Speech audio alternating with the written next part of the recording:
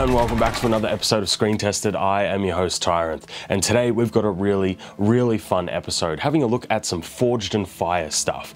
Now, honestly, I should admit this right up front, today's episode is probably going to get well into the weeds and a little bit rambly, because I think there's a lot of interesting discussion to be had here. I should also mention that I know that Forged in Fire likes to, demonetize and, copyright things, so I'm not going to be playing any audio or anything like that. I'm going to be talking as much as possible, trying to show what I can, but if things are a little bit less dynamic, let's say, it's because of monetization reasons. So I should get that out of the way up front. So what we're going to be looking at today is specifically some Forged in Fire clips, different tests, because obviously, Forged in Fire, the whole concept is, they invite blacksmiths on, they're given challenges and time limits to, create and forge weapons from scratch, and then they put them to the test, and obviously the one who wins is the Forged in Fire champion, usually with like a cash prize of like 10 grand or something like that. Very awesome show. Like, I love the show. I mean, you look at my channel and it's like, yeah, I'm into I'm into forging, I'm into weapons, and I'm into testing. It's what I do. But there is some interesting stuff here, specifically with the tests, like I mentioned, because most of the time, most of the tests they do, I would say, are perfectly valid and perfectly fine. However, there are some tests, randomly, when you're watching either compilations or episodes or things like that, where you look at the test and you go, what the f is that test supposed to what is that test supposed to do? So I think we should start with a really important caveat. I know this, like I said, today's episode is going to be a little bit rambly. We should start with an important caveat, because obviously it is my job to, test different weapons, and usually I test a lot of swords, right? So when we get a sword to test, usually what we're going to do is we're going to put it through, things to test like edge retention, how it feels in the hand, the weight distribution. Then after those sorts of things, we'll move up to something a little bit harder, maybe like wood, to see if there's any, faults in the construction of the blade, and, if it breaks on the wood test, things like that. And then we move up to maybe the destruction test, just to show people how these particular blades might handle, extreme abuse, and, what you're getting for your money if you were to purchase it, right? But the important thing to mention with a lot of these things is it's very consistent. So when we do these tests to, all these different swords, so like it gets well into, I would say, some interesting territory. So the first thing that I wanted to show you guys, the first clip that we will have a look at. All right, so this one here is a scythe, more of like an agricultural scythe, right? And what they're going to be using is dried bone to smash into the blade. This is this is kind of a wild test, I'm not going to lie here. And the reason why is because, well, first off, this type of scythe you wouldn't actually use in combat that much. I know that there is a manual on how to use agricultural scythes in like kind of combat, right? But this is not what this type of item would really be going up against. And specifically dried bone, even if you cut a person or a human, the bone is not dry, and dried bone is a lot harder. And then we have such a large blade that is very thin, because these types of blades are very thin, scythes are very thin. I would be more surprised if the weapon didn't break, is what I mean. So the reason why this is important to bring up is because obviously it's also locked into a steel vise, which doesn't absorb the vibrations as like your hands would. So see what I'm saying by like, some of these tests seem very arbitrary, and they seem like they are trying to literally destroy the blade. Now, and I know that sounds like, well, duh, aren't they trying to destroy the blade? And I think to myself, and I'm like, well, what would be the point of trying to destroy the blade? And the reason why I bring that up is specifically because refinement.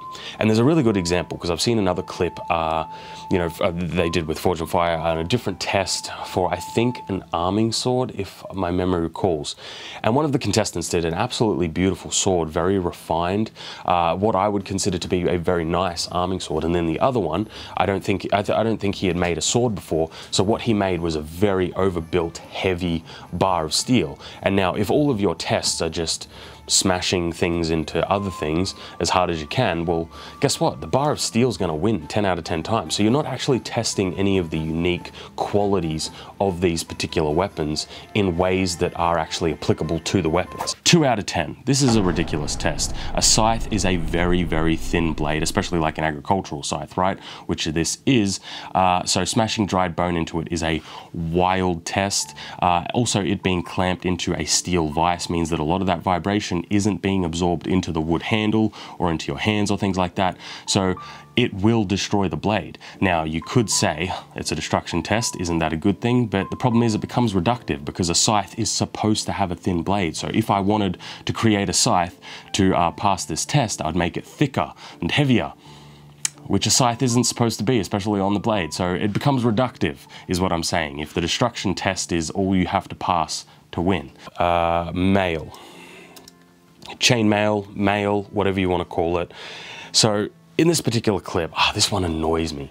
And this kind of actually can be applied to a lot of these different tests, is when you're testing these weapons, it's really important, or really, I mean, it's useful, right, to take into consideration what the weapon you're testing is and what it would be put up against. And they do this. I'm not saying they don't do it. I'm just saying there's particular times when they do it, but they do it kind of half-heartedly. And the reason why this is important is because they're a TV show. There are millions of people watching these things.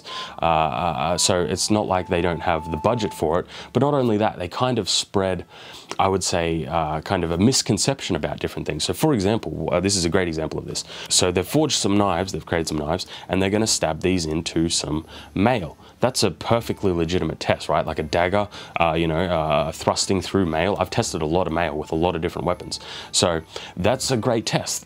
The problem is this isn't really mail. This is buttered mail. Not only that, it kind of looks like aluminum mail. It's very, very, very shiny. So the reason why that's important is because real mail, for example, I got some here, is riveted. It has every single link, every single little tiny link has a rivet going through them, and usually they are steel as well. And so getting through mail like this, which I've done a lot of tests on before, is a lot more difficult because it's armor. It's meant to protect you. So getting through it is, it's not the easiest thing. That's the whole point. So in this particular test, they're testing these knives on, these daggers on mail, which is a good test. The problem is they're just not using proper mail. They're using buttered mail, which is nowhere near as strong as riveted mail, which is, the correct type of mail. So that's the first issue we have. Dagger versus mail, 7 out of 10. Great test in its idea, just the execution leaves a little bit to be desired. Obviously, mail is not that expensive, and it's a really good test for these daggers, which is why the idea is so good. Just execution that leaves a little bit to be desired. Next up, I think this is one of their very early ones. And the reason why I wanted to include this is because obviously, samurai stuff. I love samurai armor. I literally just got my set of samurai armor. You should check out the video if you haven't already. And this armor here looks like an exact one-to-one in terms of, I think it was made by them, honestly. And it's an interesting test, like we said before. It's all about, what does the test achieve? And it's very interesting that with the katana, they're like, what we're going to do is we're going to thrust in the gaps of the armor, that's fine. That's fine. But then when it comes to, for example, on, I think it was the Crusader sword, they're just smashing the LARP breastplate. So again, even between different swords, we're having completely different tests that seem very arbitrary. Like, why would it be that the test for the samurai sword, for the katana, is let's thrust in between the gaps of the armor? Again, perfectly fine test, but then when it comes to a different sword, you're like, let's just smash a LARP breastplate. Again, it's very inconsistent and very arbitrary. While we are on the topic of samurai armor, I recently got my very own set of samurai armor in last week's episode. Now, sadly, that episode did really, really abysmally, so I thought I'd talk about it very quickly now. If you want to pick up either some samurai armor or a complete, custom katana, they do really, really good custom katanas. It's Romance of Men. They have more budget options, a couple $100, things like that. Spring steel blades, tough as nails, real ray skin, and you can obviously get like engravings or whatever you want, really. Now, this isn't a sponsorship. They didn't pay me for any of this. I just really like their stuff. This is literally my katana here that I use in any episode that I need a katana, and it's one of theirs. And if you're in the market for some samurai armor, they do obviously a complete custom set of armor, whatever color you want, horns, you name it, custom fit. It's all available. So there'll be links down below. Check them out. I recommend them. I really like their stuff. Again, not sponsored. I just like their shit.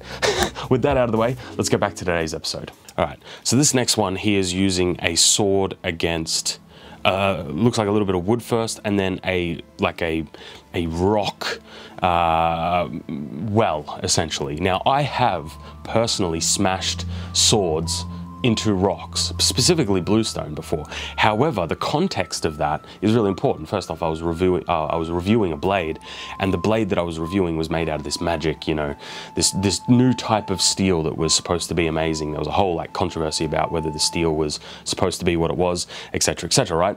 But I have smashed a sword into a stone, but that was considered to be the ultimate test, like the final test. And it was one of those things where I'm doing it to see if I can actually break the thing, not as something that you would standardly, you know, as a standard test that you would come across in the use of the sword. It's completely ridiculous. And like I said before, if you center all of your tests around being completely ridiculous in terms of let's say durability, for example, it means that you're just going to make an overbuilt, heavy, unrefined weapon, which is, I think, the opposite of the point of what you're trying to achieve with Forged in Fire. You're trying to make these weapons to the best of your ability within the time frame, because you are craftsmen. You're trying to craft something absolutely beautiful. So if it all kind of converges into just make it a thick piece of steel so it can smash bits of rock or whatever, then I think we're losing the point of it. The stone well test. 4 out of 10. This is really not a proportional destruction test to the blade. When you're designing a blade, there's a whole bunch of things that go into it. Obviously, you know, the construction method, how the vibration travels in the blade, the thickness of the blade type, the edge geometry. It's a very complex science. And obviously, smashing this particular type of blade into that type of, you know, stone or that well, it's just not proportional. And we come back to that reductive thing that we spoke about before. If I was to design a blade to survive this particular test, it would betray the original concept of what that type of sword is supposed to be, which means that it would handle kind of poorly, but it would survive your test, so I would win. Again, it becomes reductive. And then when you add in the complexity of obviously a hand-forged blade, and it's, you know, not a mass-manufactured blade where you can get, you know, higher-end types of steels and, you know, precision when it comes to, you know, the forging process, all that sort of stuff, it just becomes completely disproportionate, honestly. What we're looking at is the testing medium, the dummy, if we want. It looks very similar to like one of those MMA, jiu-jitsu, wrestling type dummy things. Not important. The reason why I bring this up is because, for example, I think it's comparable to something like Tony. Now, if you're a subscriber, you know who Tony is. He's my testing dummy. If you're new here and this is your first time on the channel, my testing dummy is named Tony. Now, Tony is a great testing medium for a lot of different reasons. Now, he's made of silicon. He's like 3 centimeters thick of silicon. Now, is that a good analog for flesh? No, not at all. However, if something is able to get through that silicon, that 2-3 centimeters of silicon, it can definitely get through flesh. so it's one of those things where it's harder to get through than flesh. So if it gets through that, then it definitely can cut your flesh. However, I don't leave Tony as just his bare silicon anyway. He actually wears armor. He wears a gambeson, like what I'm wearing right now, a gambeson, and then he wears some big, thick, like, you know, a centimeter thick leather hide, and he has chainmail on his back. So he's very armored. So when I'm testing against him, I'm testing against different levels and layers of armor. Now, circling back to this is just one of those, like, it's like the same material, if we have a look, right? The same material that like a boxing bag is made out of. Now, I don't know how many of you guys have, you know, ever hit a boxing bag or felt what, you know, what boxing bag's made out of. They're made out of a very, I would say, like, it's fine for boxing, obviously, but for weapon tests, it is very easy to puncture. And I mean, we can see when he punctures through it, you can see how thin it is. It's just a very thin little bit of material. So again, this is one of those tests where this is incredibly, you see how thin that stuff is. It's incredibly easy, right? Like, this is not actually giving any functional results. You're essentially just saying, hey, can it penetrate a very thin piece of, like, you know, leather or synthetic leather, or whatever the material is, that PU leather type stuff. Like, it is not a proportional test for the weapon. For the sandbag dummy, 2 out of 10. There are lots of better ways that you could do this test, to test the little hooks and, you know, the spiked end, all that sort of stuff. This dummy provides no resistance. It's like boxing bag material. It's very, very thin, very easy to puncture. So this one doesn't really provide much information, which means that it's kind of useless. Another weird testing medium, steel, specifically corrugated sheet steel. So when I do my tests on swords, right, I will, as one of the final tests, when I'm trying to break the blade, when I'm trying to snap it, right, I will use a steel square bar. And the reason why is because obviously, you know, hitting a sword, hitting a blade against a, you know, square steel bar is incredibly punishing, and will either, you know, we'll get a set if we're hitting it on like the flats or whatever, or we may just snap it in half. So hitting steel like that gives you the destruction test. We're looking at how, you know, how difficult or easy is it to bend or break a blade. Corrugated steel is not that. Corrugated steel is very, very thin, very, very weak, and not only are they testing corrugated steel, which is just a weird medium to choose in general, but they're testing against halberds. Halberds are very long, you know, weapons. They're two-handed weapons. They're a pole arm, so you got to leverage and a lot of force. So it's basically like hitting a tin can. So again, we're getting into those things where I feel like in not a lot of these tests, like I said before, there are plenty of tests that they do, most of their tests, majority of the tests, that are completely legitimate and I think are perfectly fine. It's just these weird oddball ones that I feel like they throw in for maybe showmanship every now and then, but as you can see, it's just blasting through. And you could do this with like a regular knife. This is not, there's nothing here, right? There's no information being gleaned. Corrugated sheet steel, 3 out of 10. This was the destruction test. That's the context here. So first off, we have that issue that I brought up before in terms of, you know, the arbitrariness between destruction tests. You know, we're smashing a sword into a stone well, but now we're putting halberds, pole arms, up against thin corrugated sheet steel for their destruction test. No consistency. Anyway, the corrugated sheet steel is very, very thin. Now, there are some sheet steels that you could probably use. Specifically, what I've used before is car doors, older car doors, because they provide just enough resistance and just enough thickness that a blade can penetrate them, but it probably will do some damage to it at the same time. So you can get some interesting results. This is not that. Thin sheet steel, not a proportional destruction test in the other way this time for a halberd. It's just too easy. If you're enjoying today's episode, you should consider subscribing. I'd really appreciate it. Sorry, Tony, I didn't mean that one, buddy. And what they're testing against is a breastplate. That's a good test because obviously with this particular type of weapon, you are going to smash it into some breastplate, right? You know, you're going to do that blunt force damage against some armor. Now, I've also done this test before, and what I used was what I would consider to be like a very munitions grade type breastplate, you know, maybe 1.5 millimeters of mild steel with proper armor angling. It wasn't heat treated, and I was using a big Bector Corbin, right? And to get through that thing was really, really difficult. It was a hard test to do, especially against the weapon, right?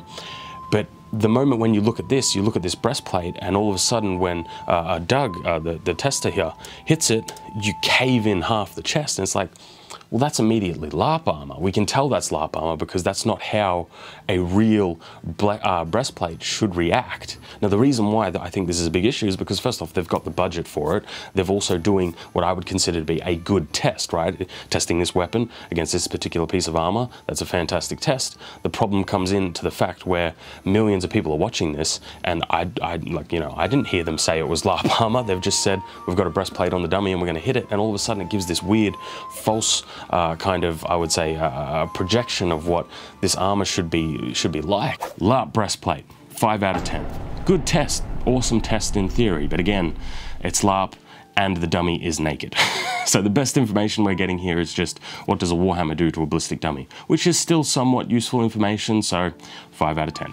And again, we're testing against what looks to be budded LARP grade mail. Yeah, like that looks like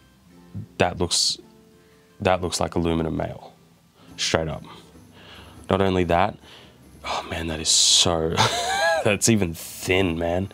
So like, again, testing against just the ballistic dummy, valid test, but putting the LARP armor on it gives not only an incorrect, I would say, view of mail, because this is mail, but also it doesn't really add anything to the test. So it's like a double whammy there, you know? And the thing is, they can come up with some really good tests. For example, smashing those, you know, those Warhammers into the breastplate. That's a fantastic test. The problem is they use LARP armor, so it's pointless. There's not really a test in there, right? And like I said, a lot of the tests they do are perfectly fine. You know, they smashed it into, you know, the wood door as well. That's a great test. Things like that. Like, they do good tests. There will just be these random tests where you're kind of like, there's not really anything being learnt here, and it seems like this is very arbitrary. I had a lot to ramble about in today's episode, honestly. I just thought it would be fun, right? Like I said, Forge of Fire like hits all my keynotes of everything that I really enjoy. It's super down my lane. I absolutely love it.